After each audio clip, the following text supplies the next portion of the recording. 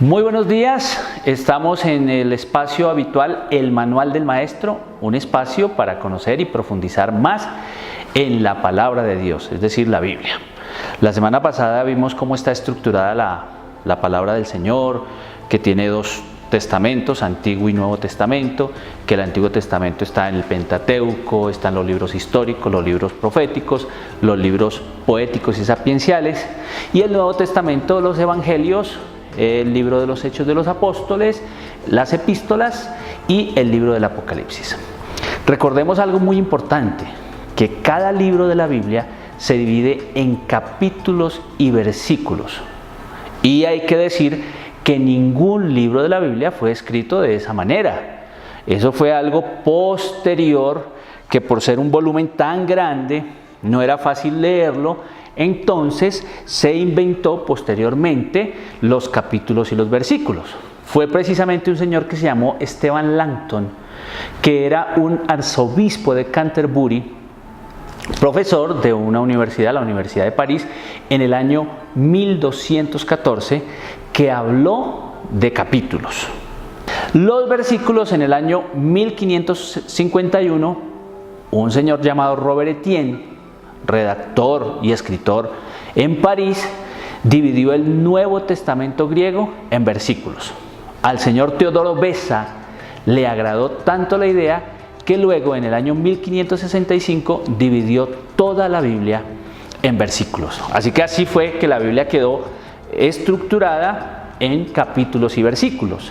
Bien vale la pena que nosotros aprendamos a utilizar esos capítulos y versículos. Vamos a poner un ejemplo en este día. Éxodo 3.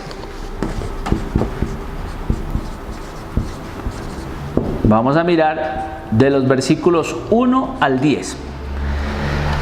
¿Qué es lo que estamos diciendo con esta sigla? Vamos a buscar el texto bíblico que está primero en el capítulo 3 y después dos puntos. Algunas versiones lo hacen con una coma, ¿sí? Dos puntos del versículo 1 al versículo 10 o del versículo 1 al versículo 10. Entonces, estos son versículos y esto es capítulo. ¿Cómo lo encontramos en la Biblia? En la Biblia buscamos el libro del Éxodo. Encontramos el capítulo porque es el número más grande que vamos a encontrar. Mire, el capítulo 3. Y los versículos van a ser los pequeñitos que están acompañando todo el texto. Entonces, de esa manera vamos a buscar, y así buscamos en toda la Biblia. Siempre los capítulos son grandes y los versículos son pequeñitos. Y esta es una forma muy importante para que nosotros podamos guiarnos en la Biblia y hacer una lectura ordenada y adecuada. La primera traducción y la más famosa fue la Biblia en latín, que es la Biblia de San Jerónimo, también conocida como la Biblia, la Vulgata Latina. Y esto sucedió aproximadamente en el año 400 después de Cristo, a solicitud del Papa Dámaso. Aunque a ciencia cierta podríamos decir que la primera traducción de la Biblia fue la de la Biblia hebrea, es decir, todo el Antiguo Testamento para nosotros, que se tradujo al griego.